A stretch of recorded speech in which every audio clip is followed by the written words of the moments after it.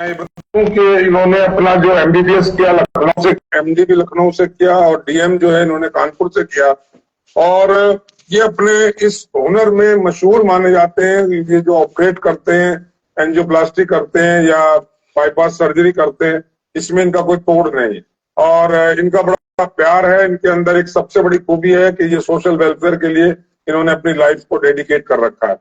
और आज मेरे अनुग्रह पे, मेरी रिक्वेस्ट पे ये आए, मैं इनको स्वागत करता हूं। डॉक्टर साहब, आपका बहुत बहुत स्वागत है हमारे योर माइंड ओपनर चैनल में। डॉक्टर साहब, सीधा मैं आपसे एक सवाल कर रहा हूं कि हार्ट से रिलेटेड जो प्रॉब्लम्स हैं, आपका तो इतना एक वास्ट एक्सपीरियंस है, इसके सिम्टम्स क्या हैं? मेरे जैसा आदमी या जो इसके बारे में बहुत ज्यादा नहीं जानता है, वो कैसे महसूस करे कि मेरे को हार्ट की प्रॉब्लम होनी शुरू हो गई?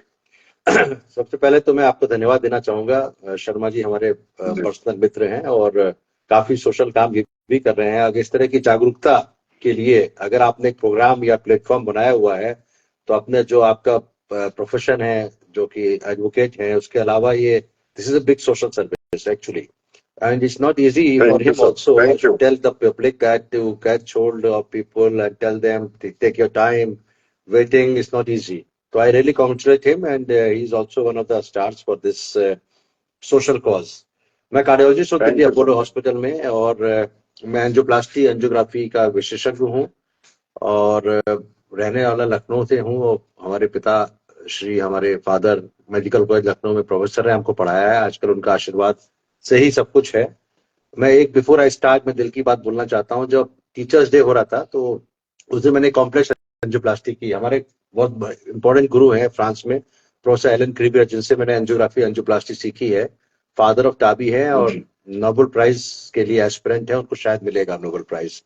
तो मेरे दिमाग में आया कि who is the best teacher, तो मैंने कहा I salute doctor professor Alain Cribier for his mentoring me to become interventional cardiologist. मैं कार्डियोलॉजिस्ट भारत में बन गया था, लेकिन इंटरवेंशनल कार्डियोलॉजी जो 1998-99 में, 96-97 में शुरुआत हो रही थी भारत में, काफी कमी जगह होती थी, तो उस समय मैं ट्रेनिंग के लिए गया as a young 31 year old person. तो हम ये कहना चाह रहे थे कि फिर मैंने सैल्यूट किया फादर को। मैंने कहा कि the best teacher, the greatest teacher for anybody is the parents, two father and mother. तो मैं कहूंगा टीचर्स डे में फादर मदर को भी सैल्यूट करना चाहिए, क्योंकि वही सबसे इंपॉर्टेंट टीचर होते हैं आपके। कमिंग टू योर क्वेश्चन, मैं कार्डियोलॉजिस्ट हूँ और बड़ा आपको अच्छी तरह से समझाने की कोशिश करूंगा पब्लिक, आपके माध्यम से पब्लिक को, कि ये हार्ट क्या है। Actually heart is a muscular organ जो शरीर में बीच के हिस्से में यहाँ पर है। थोड़ा हिस्सा लेफ्ट में होता है, तो इसलिए हम लोग सोचते हैं लेफ्ट में। Actually it is in the centre of the chest. इसकी जो साइज है वो ऑलमोस्ट यही साइज है जो मैं आपको दिखा रहा हूँ एक मेरे हाथ में। बाई चांस हमारे अपोलो में रखा हुआ मेरे पास, तो मैंने कहा आपको दिखाया जाए। तो it has got 4 actually chambers. एक चैम्बर होता है, इसे मस्कुलर पंप, जैसे आप हवाई जहाज में पंप होता है ना, तो भी तो इंजन के अंदर पंप होता है, तो ये जिसे इंजन ऑफ द बॉडी। इसका काम क्या होता है? इसका काम केवल ये होता है कि पूरे बॉडी का ब्लड को वापस लेना और फिर आगे फेंक देना, लेना वापस फेंक देना। It is supplying the blood to the body. Blood क्या जरूरी है? ब्लड इसलिए जरूरी है कि ब्लड जो है ऑक्सीजन सप्लाई करता है। सबसे इंपॉर्टेंट ऑर्गन बॉडी का हार्ट और ब्रेन है। हार्ट इसलिए क्योंकि वो ऑक्सीजन सप्लाई कर रहा है ब्लड को, ब्रेन को। ब्रेन में कहा जाती है? ये हार्ट है, तो हार्ट से ऊपर कैरोटिड आर्टरी से कांस्टेंट सप्लाई हो रही है ब्रेन को, जिससे ब्रेन काम कर रहा है। ब्रेन विल स्टॉप वर्किंग जब हार्ट रुक जाए 15 मिनट के लिए, और वापस हम हार्ट को ला सकें तो ब्रेन खत्म हो जाएगा। तो life and death is governed bye brain, and for working of the brain the heart is most crucial because it has to। अब ये बात हार्ट ज्यादा और इंपॉर्टेंट इसलिए हो जाता है क्योंकि हार्ट 24 घंटे काम कर रहा है। ब्रेन तो तभी सो जाता है, थोड़ी देर के लिए आप सो जाते हैं, रात को सोते हैं, रेस्ट करते हैं। जब आप रेस्ट कर रहे हैं तो भी हार्ट काम कर रहा है, जब आप काम कर रहे हैं तो भी काम कर रहा है। हार्ट को कांस्टेंट काम करना ही है। It is a beautiful organ which has been designed by no less than God almighty. भगवान ने बनाया, हम लोग तो कुछ कर नहीं, हम तो सीख रहे हैं उससे। तो ये हर समय कभी तेज चलता है, जब आप भाग रहे हैं तेज चलता है, जब आप रेस्ट सो रहे हैं तो आपको स्पीड आ जाती है 40-45। ये भी सिस्टम कितना बढ़िया है। तो this heart is very crucial because it is giving blood and oxygen to the brain. Brain के अलावा बाकी सिस्टम देता है, किडनी को ब्लड जाएगा, इसी जाएगा, हाथ को जाएगा। मेरे हाथ के अंदर आर्टरी है। मैं एक चीज और दिखाना चाहता हूँ। ये पल्स देखते हैं ना हम लोग, राइट रेडियल पल्स। पल्स में क्या है? ये जब हार्ट बीट करता है तो पल्स आती है। So when we see the pulse, we are actually seeing the heart. मैं सबके आजकल में हाथ मिलाना भूल गया हूँ, जो कोई हाथ मिलाता मेरा उंगली चली जाती है उसके पल्स पे, पता नहीं ऐसी आदत बन गई, रिफ्लेक्स हो गया है। तो वो आप पल्स की इंपॉर्टेंस देखिए। अब चूंकि ये जो पल्स है, मैं इसको दबाता हूँ थोड़ी देर के लिए, बंद कर दी मैंने कस के बंद की, हाँ ये बंद किया, ये देखिए मैंने बंद किया और ये बंद कर दिया। अब सप्लाई इसकी इस समय हाथ की बंद हो गई है। अब हाथ की जब सप्लाई बंद हो गई तो मेरा हाथ, अगर आप अच्छी तरह देखें, बिल्कुल सफेद है, इट्स नॉट रेड। अगर आप देखें सफेद है, और जैसे मैं मुट्ठी खोलूंगा एकदम लालामी आ गई, देखा आपने? मैं फिर से करता हूं। एग्जैक्टली। मैं बंद किया जी, सफेद है, जी। और जैसे ही मैंने खोला वैसे लालामी आ गई, बिकॉज जो हमने आर्टरी थी बंद कर दी थी। दिल के दौरे में भी ये होता है।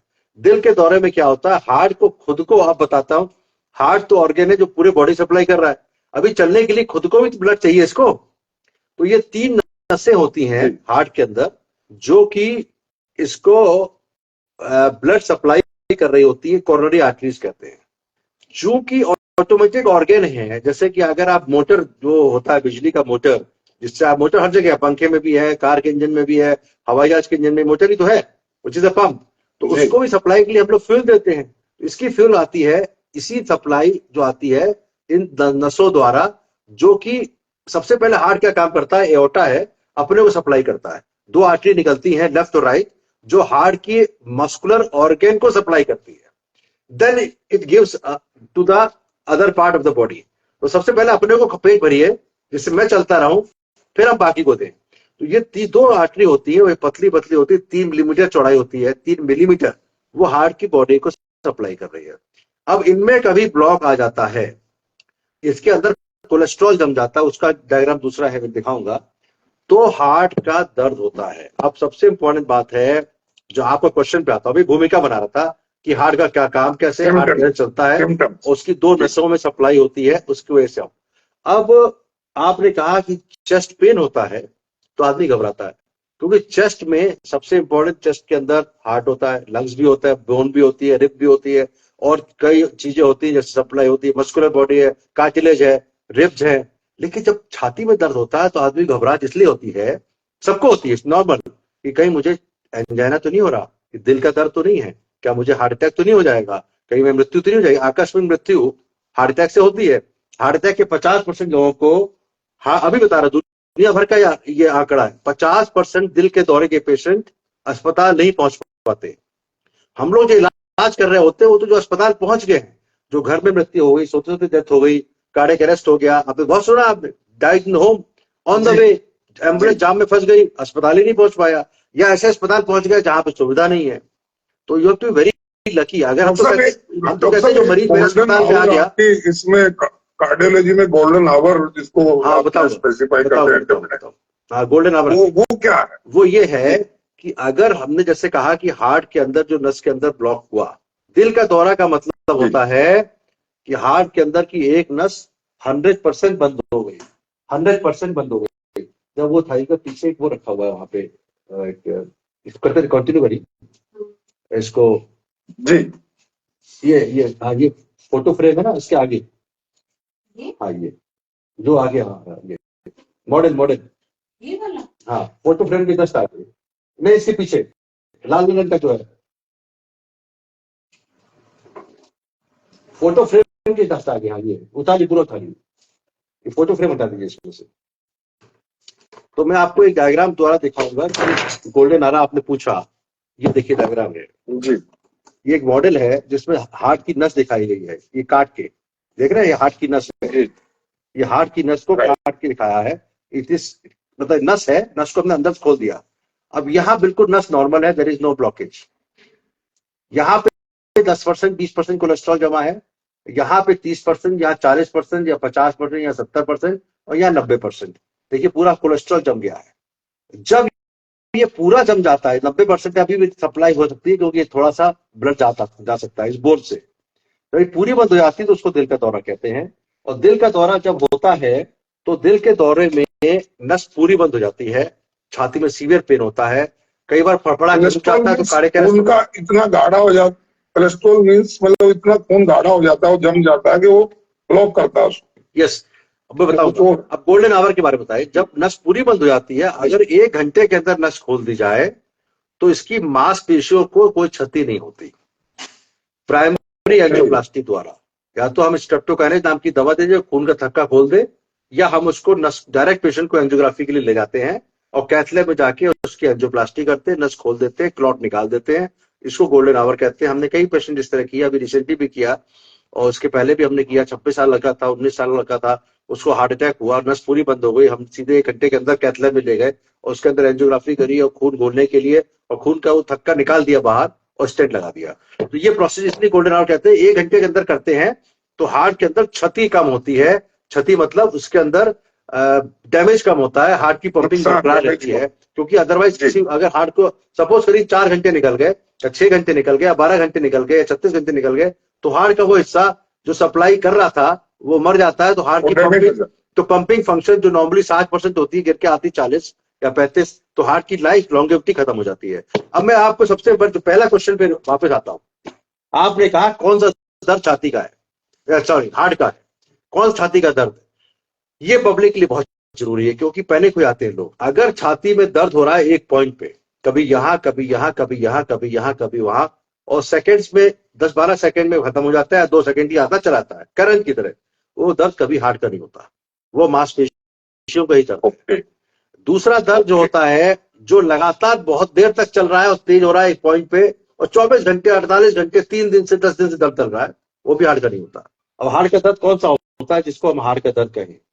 हार्ट का दर्द वो होता है जो एक बड़े हिस्से में छाती में हो जाए, बड़े हिस्से में छाती में दर्द हो और सांस में घुटन हो, पसीना आए, या पेशेंट तेज चले तो दर्द आ जाए और रुक जाए तो आराम हो जाए, और कई महीनों तक चल सकता है ऐसा दर्द कि तेज चलते तो डॉक्टर साहब दर्द होता है और आराम कर लेते तो आराम हो जाता है, या खाना खाने के बाद आए या डकारे आए तो वो दर्द हार्ट का है।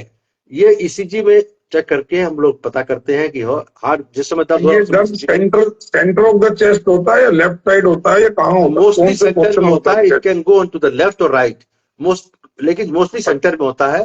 लेकिन अगर बाएं हाथ पे जा रहा है तो उसके चांसेस हार्ट के बढ़ जाते हैं क्योंकि रेडिएट करके बाएं तरफ जा रहा है, और अगर दाहिनी तरफ जा रहा है तो भी हार्ट का हो सकता है, जॉ में जा सकता है, सफोकेशन है।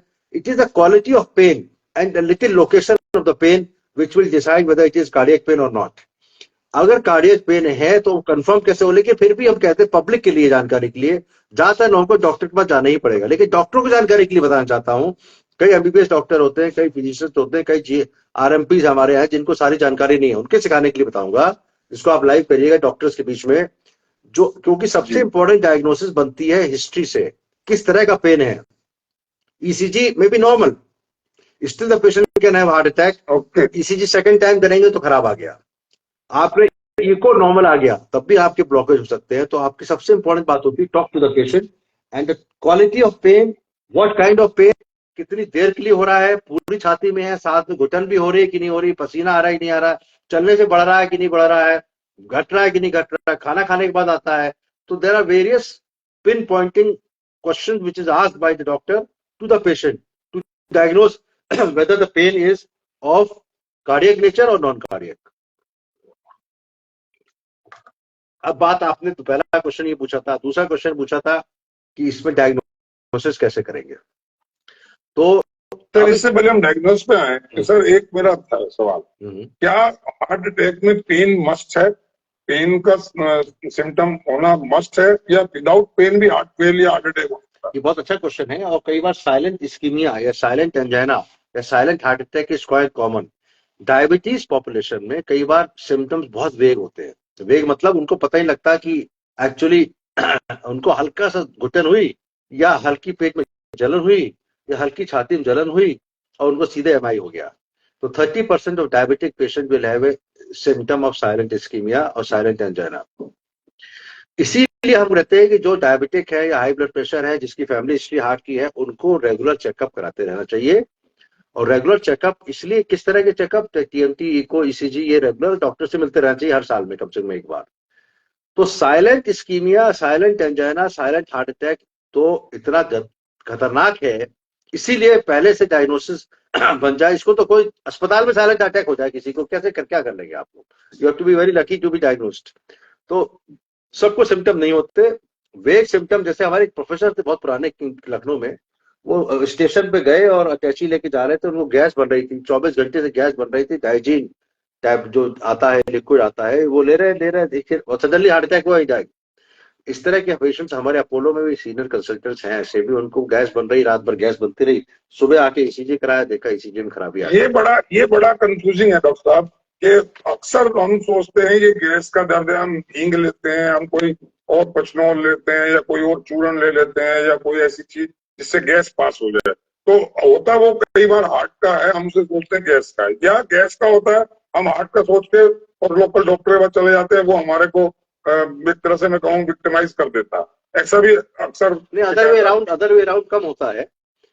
नॉर्मली गैस का, अगर पेशेंट किसी को गैस की बीमारी है तो गैस के सिम्टम अलग होते हैं, लेकिन खाना खाने के बाद छाती में भारीपन आ जाए, वो काफी सिम्टम ओवरलैप करते हैं। इसलिए अगर किसी को गैस के सिम्टम हो रहे हैं और साथ साथ उसकी फैमिली हिस्ट्री है, या डायबिटीज है, या हाई ब्लड प्रेशर है, या हाई कोलेस्ट्रॉल रहा है, तो ऐसे को थोड़ा सीरियसली लेना चाहिए।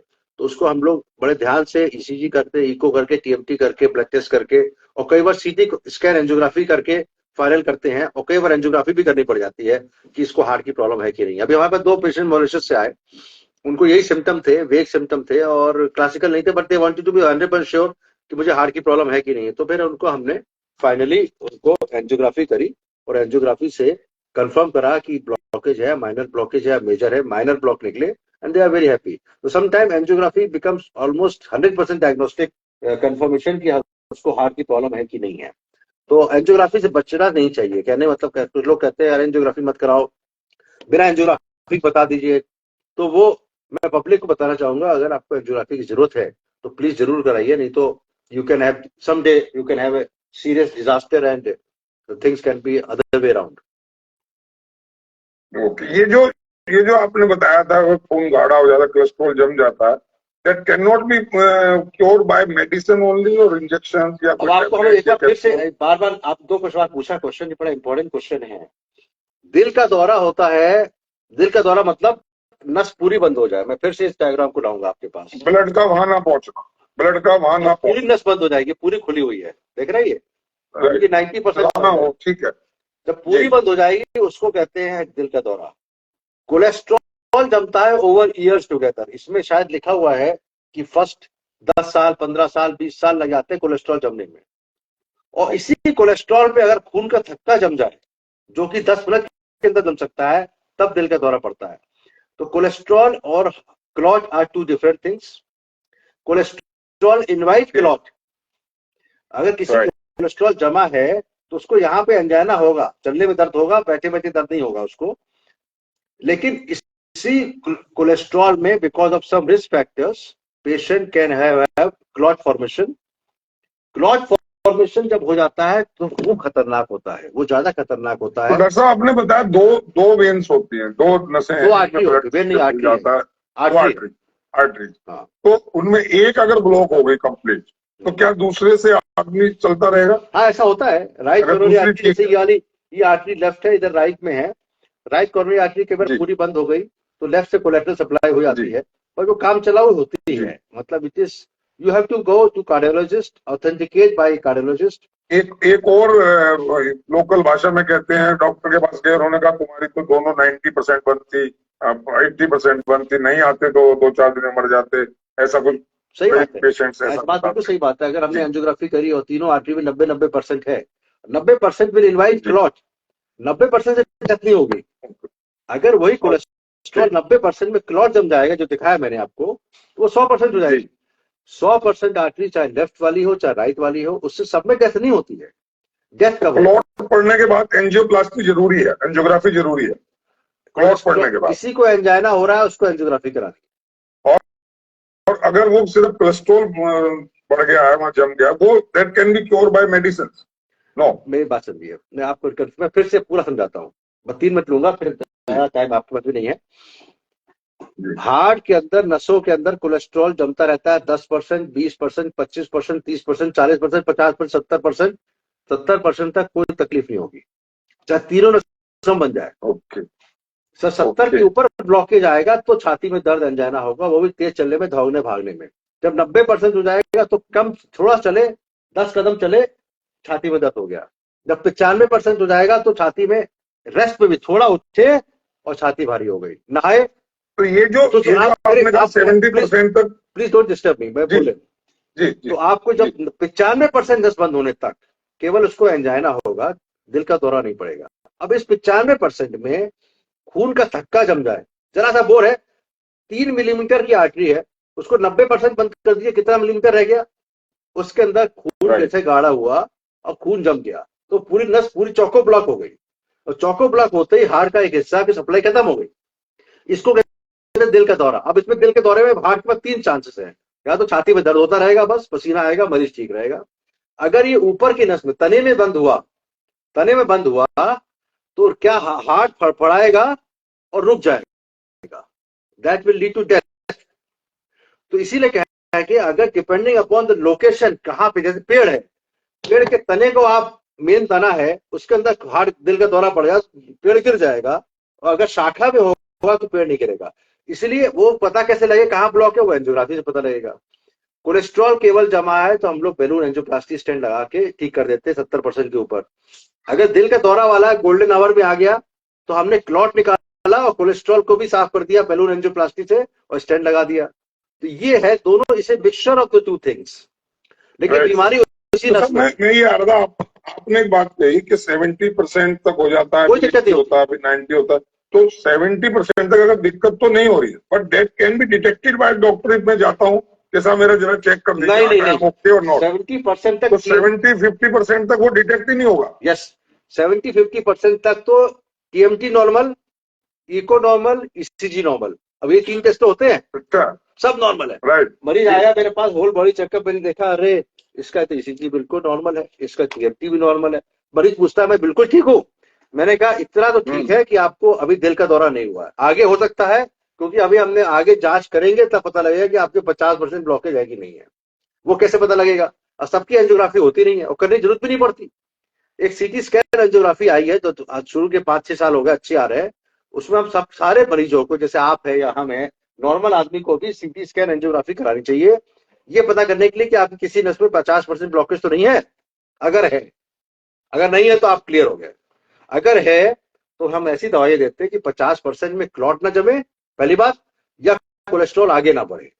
तो ये कितने इंटरवल पे चेकिंग करा लेनी चाहिए, और ये क्या बहुत महंगी है? 40 साल के ऊपर सबको सीटी स्कैन करना चाहिए। अभी ये बड़ा डिबेट हुआ था, हम टीवी चैनल बैठे हुए थे दूसरे पे, तो एक ने, हमने कहा कि कोविड हो रहा है, कोविड में कई लोगों को आकस्मिक मृत्यु हुई, यंग लोगों को हुई, अटैक ज्यादा हुए, हमने सीटी स्कैन सबकी होनी चाहिए। तो उसका रिबटल में किसी सरकारी संस्थान के डॉक्टर ने कहा कि सबकी कैसे करेंगे, इट्स इम्पॉसिबल। मैंने कहा देखिए, अगर आप क्वालिटी केयर लानी है तो करना भाई है, जो अफोर्डेबल है एक्चुअली बताए तो पब्लिक को भी कराइए। जब आप बताओगे नहीं कि नहीं टीएमटी को ईसीजी काफी है, तो फिर आप you will have you can have many.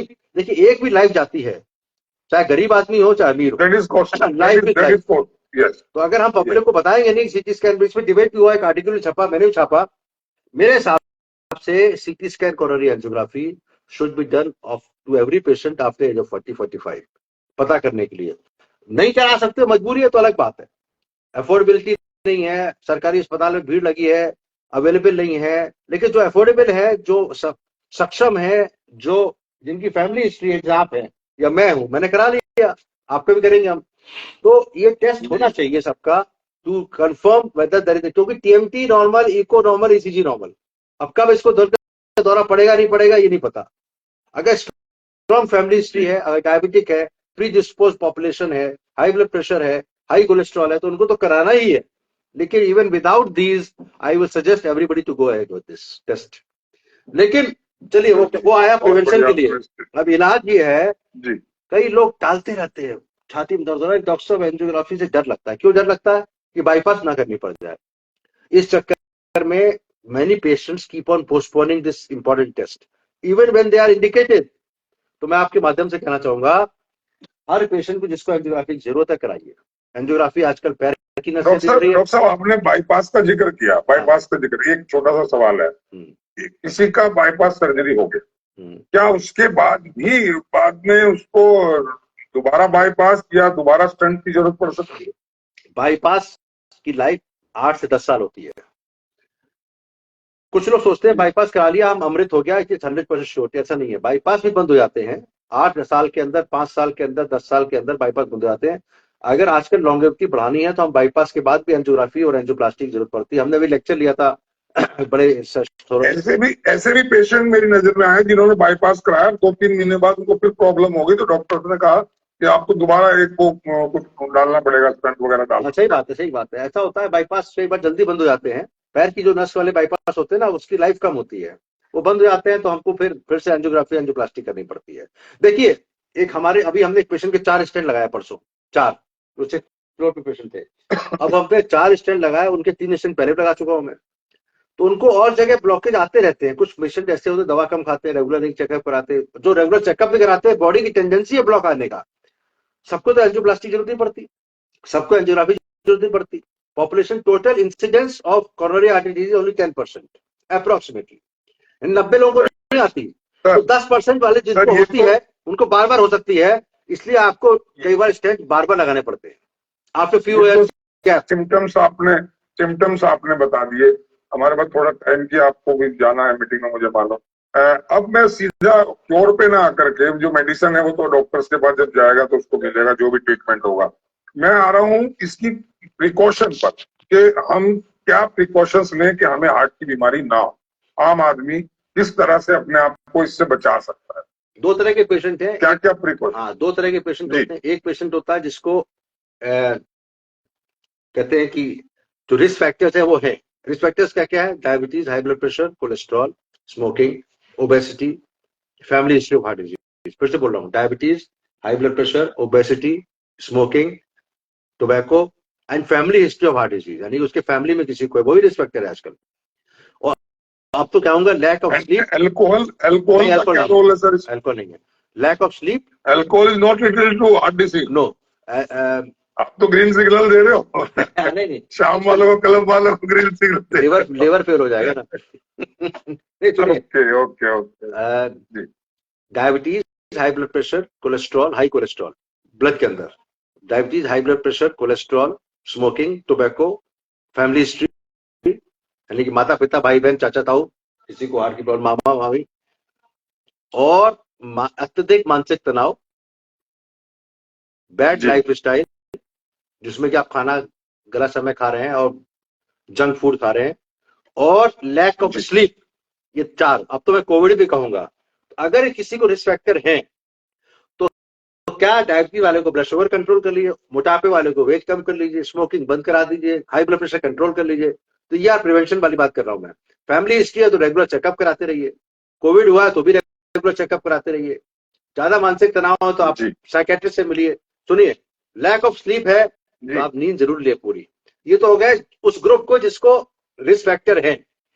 दूसरा ग्रुप है जिसको कोई रिस्क फैक्टर नहीं है, जिसको ना डायबिटीज, ना हाई ब्लड प्रेशर, ना कोलेस्ट्रॉल। उनके लिए भी मैं कहूंगा good lifestyle means at least doing some sort of physical activity. आप चाहे पैदल चलिए, चाहे हॉस्पिटल में चलिए, अगर डॉक्टर है या नर्सिंग है तो आप चल रहे हैं तो 4 से 5 किलोमीटर आप पैदल चल लीजिए। कैसे चल लीजिए? अगर पैदल चलने का बिल्कुल ही ऑफिस टाइम है तो फिर आपको मॉर्निंग या इवनिंग वॉक करिए। केवल मॉर्निंग वॉक जरूरी नहीं है, इवनिंग वॉक भी कर सकते हैं खाना खाने के पहले। तो ये हो गई फिजिकल एक्टिविटी। दूसरा ये है कि आप खुश रहिए। अब खुश जितना रहेंगे उतनी दिल की बीमारी कम होगी। अब लोग कहते हैं शाम को क्लब में खुशी आती है। आपने कहा ना सब कुछ है, खुशी नहीं। क्लब वाले खुशी नहीं है। क्लब वाले तो शाम को खुश हो जाते हैं ना, वो खुशी के लिए तो जाते हैं क्लब में। तो अल्कोहल में, मैं अब आपने क्वेश्चन अल्कोहल का पूछा इसलिए बताऊंगा। मैंने जितने भी अल्कोहल वाले पेशेंट की एंजियोग्राफी की, उनकी नसें काफी साफ निकलती है। इट डज नॉट मीन कि alcohol is preventing heart disease, but alcohol, अभी एक स्टडी भी आई थी वाइन पे जिसमें कहा था कि red wine is preventive for heart attacks. But हमने ये देखा है कि alcohol does not lead to blockage, but alcohol can have 2 problems which is very bad. एक तो अल्कोहल एडिक्टिंग होती है ना, जिसकी आदत पड़ गई रोज पीना शुरू कर देगा, वो लिवर को नुकसान करेगा। और फिर अल्कोहल कार्डियोमायोपैथी होती है, हार्ट की पंपिंग कमजोर हो जाती है बहुत क्रॉनिक स्टेज में। ब्लॉकिंग नहीं होती लेकिन अपने आप हार्ट अल्कोहल कमजोर कर देता है हार्ट को। तो alcohol is a bad thing, there is no doubt in that. चलिए, थैंक यू वेरी मच। और थोड़ी बातें अगली बार के लिए छोड़ दें। डॉक्टर साहब, एक 2 सवाल और हैं, बस मैं आपके 2 मिनट लूंगा।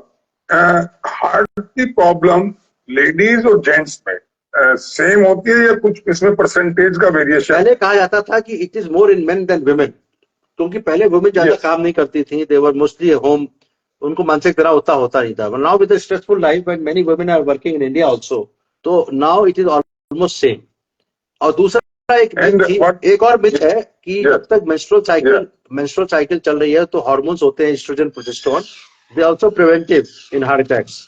मिथ तो नहीं है, कुछ हद तक सही भी है, लेकिन उसको ओवरऑल स्ट्रेस फैक्टर जो वुमेन में होने लगा है उसको काउंटर कर दिया है। पहले कहा जाता था कि 50 साल तक वुमेन में हार्ट अटैक नहीं होता जब तक उसकी मेंस्ट्रुअल साइकिल चल रही है, तो जब तक मेनोपॉज नहीं आया है, लेकिन आप ऑलमोस्ट बराबर आ गए। एंड एज मतलब बीमारी के हिसाब से भी कंधे पे कंधा मिला के चल रहे हैं। Women empowerment, women should be leading from front, पूरा देश कह रहा है, चाहे कितने भी पॉलिटिकल पार्टी हो, वुमेन पे बहुत, तो बीमारी में भी उनको आगे आना चाहिए, बराबर का हिस्सा लेना चाहिए। तो ले लिया। तो एज फैक्टर, इसमें एज फैक्टर ऐसा माना जाता था कि after the age of 50 risk ज्यादा होता है, यंग एज में नहीं होता, बट आजकल यंग एज में बहुत हो रहा है सर। वो करें बैड लाइफस्टाइल हो गया ना, प्रतिस्पर्धा, ओवर स्ट्रेस, ज्यादा काम करना, ज्यादा मेहनत करना, सोना नहीं, नींद नहीं लेना। पहले तो लोग देखिए ज्यादातर विलेजर्स होते थे, हल चलाते थे, सुबह गए, काम किया, एक्टिविटी भी करी और फिर एक्सरसाइज कर रात में सो गए। अब एक्सरसाइज कम हो गई, जंक फूड ज्यादा हो गए, तो all these are contributing to heart disease. Doctor साहब, समय की आपको थोड़ा सा आज आपको भी है और मर्यादा है, वरना अभी एक पोर्शन रह गया है, तो अगली बार उसमें एक काम और सीरीज में आपसे मैं टाइम लेना चाहूंगा। आज के लिए हम इतना आपने बताया सिम्टम्स के बारे में, जिन मिथ जो लोगों को होती है वो दूर हुई होंगी, और मैं समझता हूँ ये पब्लिक एट लार्ज बहुत बढ़िया आपने आज बातें बताई, बहुत ही सरल और हिंदी में शब्दों में और बहुत ही साधारण आदमी के समझ में आने वाली बातें बताई। आपका बहुत बहुत धन्यवाद डॉक्टर साहब, और मैं उम्मीद करता हूं कि आप इसी तरह इस पब्लिक वेलफेयर में हमारे साथ जुड़े रहेंगे। जब आपको रिक्वेस्ट हम करें आप आ जाएंगे। इसी उम्मीद के साथ आज के लिए आपको बहुत बहुत दोबारा धन्यवाद कर रहा हूँ। और सभी दोस्तों, इस तरह की जानकारियां आपके लिए बहुत जरूरी हैं। आप इस तरह की जानकारियां योर माइंड ओपनर चैनल आपको देता रहेगा। हम चाहते हैं कि आप स्वस्थ रहें, खुश रहें, निरोग रहें और हर तरह से आप विकास के सहयोगी बने। देश विकास कर रहा है, समाज विकास कर रहा है, पूरा संसार विकास हो रहा है, वो जब भी हो सकता है जब आप स्वस्थ रहें। मैं एक बात और लेना चाह रहा था, अभी आपको एक टॉपिक और लेंगे एंटी एजिंग पे। हमारे फादर ने अश्वगंधा की रिसर्च करी थी 1986 में, इनका नाम ले रहा था डॉक्टर एम एल गुप्ता, हमारे साथ आजकल दिल्ली रहते हैं, वैसे लखनऊ रह रहे हैं, लखनऊ के रहने वाले आजकल दिल्ली रह रहे हैं, हमारे साथ में ही है। तो उस पर भी एक करेंगे रिसर्च, जो अश्वगंधा जो कि कोविड दौरान बहुत यूज हुआ, इम्यूनिटी बूस्टर है और एंटी कैंसरस, बिल्कुल सर, उस पर करेंगे, उसको फादर को साथ ले लेंगे हम। Right. Thank you very much sir again. जय हिंद दोस्तों और जय भारत। मुस्कुराते रहिए, खुश रहिए, स्वस्थ